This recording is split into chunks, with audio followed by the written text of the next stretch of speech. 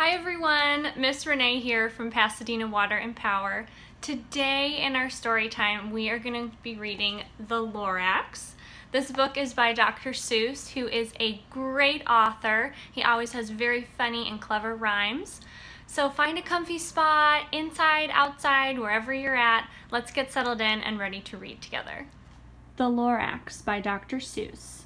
And this copy of the book is actually made on recycled paper. Let's get started. At the far end of town where the grickle grass grows and the wind smells slow and sour when it blows, ew, and no birds ever sing excepting old crows, is the street of the lifted Lorax. Oh, look at how dark and gray and gloomy that looks. Let's see.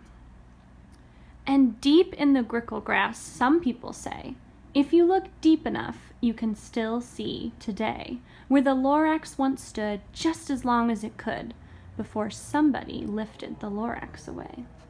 What was the Lorax and why was it there? And why was it lifted and taken somewhere from the far end of town where the grickle grass grows?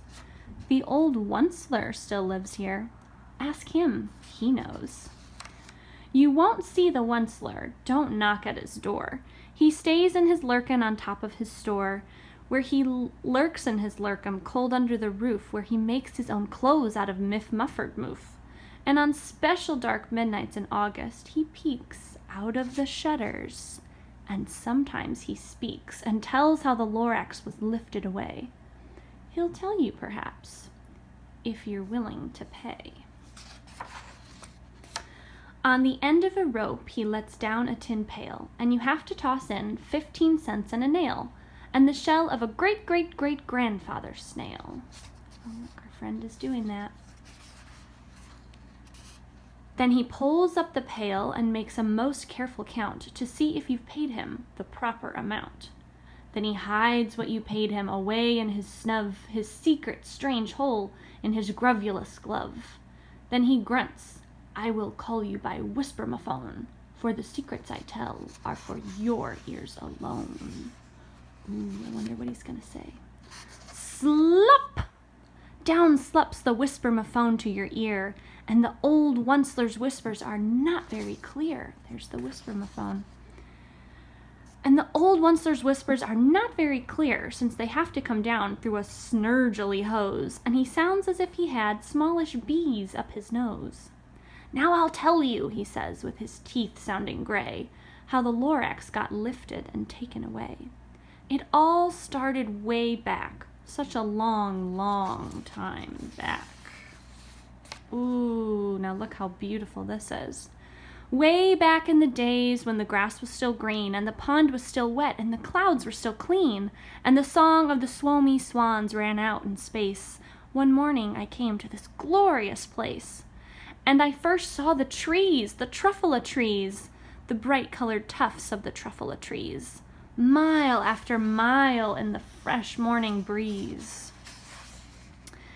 And under the trees I saw brown barbaloots frisking about in their barbaloot suits as they played in the shade and ate truffula fruits. From the ripulous pond came the comfortable sound of the humming fish humming while splashing around.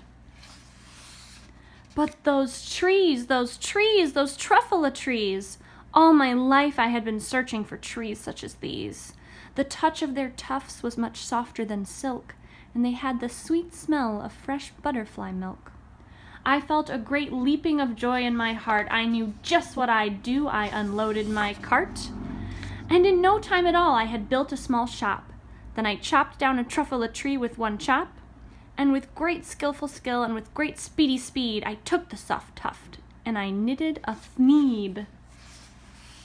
The instant I finished, I heard a gazump. I looked.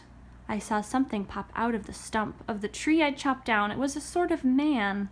Describe him? That's hard. I don't know if I can. He was shortish and oldish and brownish and mossy, and he spoke with a voice that was sharpish and bossy. Mister, he said, with a sawdusty sneeze, I am the Lorax, I speak for the trees. I speak for trees have no tongues. And I'm asking you, sir, at the top of my lungs. He was very upset as he shouted and puffed. What's that thing you've made out of my truffle-a-tuft? Look, Lorax, I said, there's no cause for alarm. I chopped just one tree. I'm doing no harm. I'm being quite useful. This thing is a thneed. A thneed's a fine something that all people need. It's a shirt, it's a sock, it's a glove, it's a hat. But it has other uses, yes, far beyond that. You can use it for carpets, for pillows, for sheets, or curtains, or covers for bicycle seats. The Lorax said, Sir, you are crazy with greed. There is no one on earth who would buy that fool thneed. But the very next minute I proved he was wrong.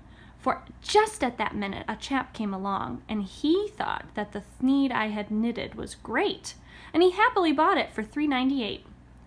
I laughed at the Lorax. You poor stupid guy. You never can tell what some people will buy.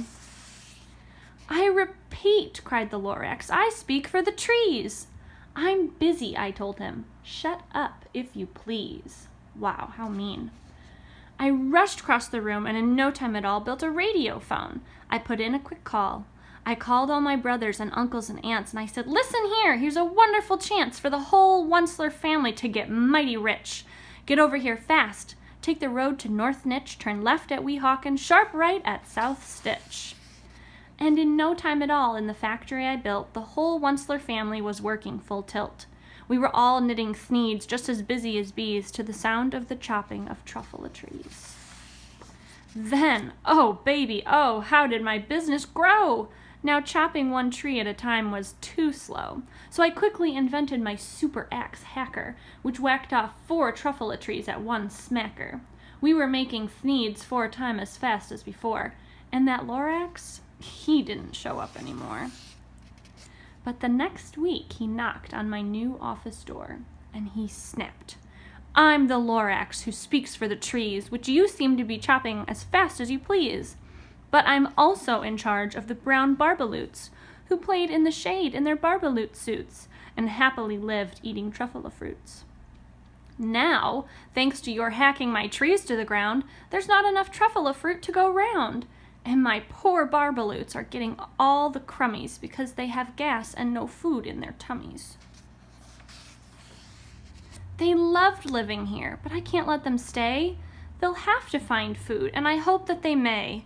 Good luck, boys, he cried, and he sent them away. I, the Onceler, felt sad as I watched them all go.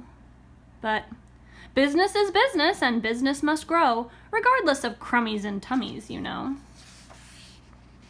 Oh, wow, look at this big factory. There's hardly any trees anymore.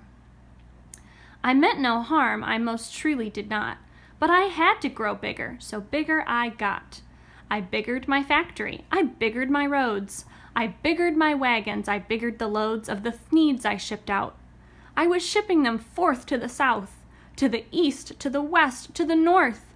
I went right on biggering, selling more thneeds, and I biggered my money, which everyone needs. Then again he came back. Oh, so sad. I was fixing some pipes when that old nuisance Lorax came back with more gripes. I am the Lorax. He coughed and he whiffed. He sneezed and he snuffled. He snargled, he sniffed. Onceler, he cried with a cruffulous croak. Onceler, you're making such smogulous smoke. My poor swommy swans, why they can't sing a note. No one can sing who has smog in his throat. And so, said the Lorax, please pardon my cough. They cannot live here, so I'm sending them off. Where will they go? I don't hopefully know. They may have to fly for a month or a year to escape from the smog you've smogged up around here. What's more, snapped the Lorax, his dander was up, let me say a few words about gluppity-glup. Your machine chugs on day and night without stop, making gluppity-glup, also sloppity-slop. And what do you do with this leftover goo? I'll show you, you dirty old Onceler man, you. You're glumping the pond where the humming fish hummed. No more can they hum, for their gills are all gummed. So I'm sending them off. Oh, their future is dreary. They'll walk on their fins and get woefully weary in search of some water that isn't so smeary. At that very moment, we heard a loud whack. From outside in the fields came a sickening smack of an axe on a tree. Then we heard the tree fall, the very last truffula tree of them all. No more trees, no more thneeds, no more work to be done. So in no time, my uncles and aunts, every one, all waved me goodbye. They jumped into my cars and drove away under the smoke-smuggered stars.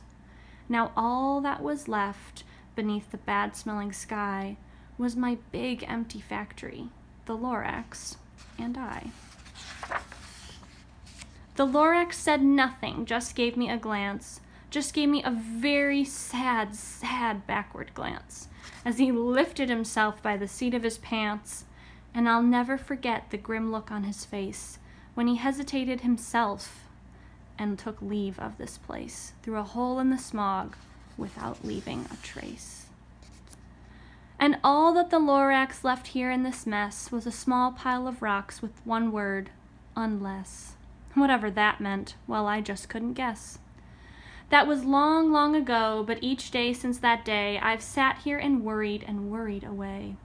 Through the years, while my buildings have fallen apart, I've worried about it with all of my heart.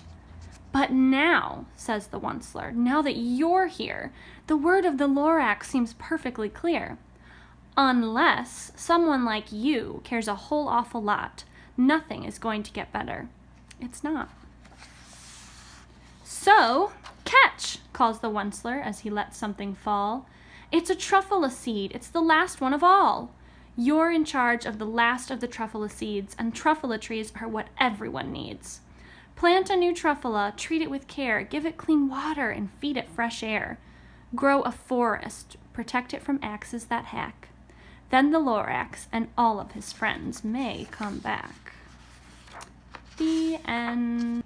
I hope you enjoyed the Lorax as much as I did. Dr. Seuss is an amazing and very famous author, and while the Lorax can kind of feel like a long read, it's absolutely worth it because it's a wonderful reminder to us to take care of our planet and to really appreciate the beauty of our natural surroundings.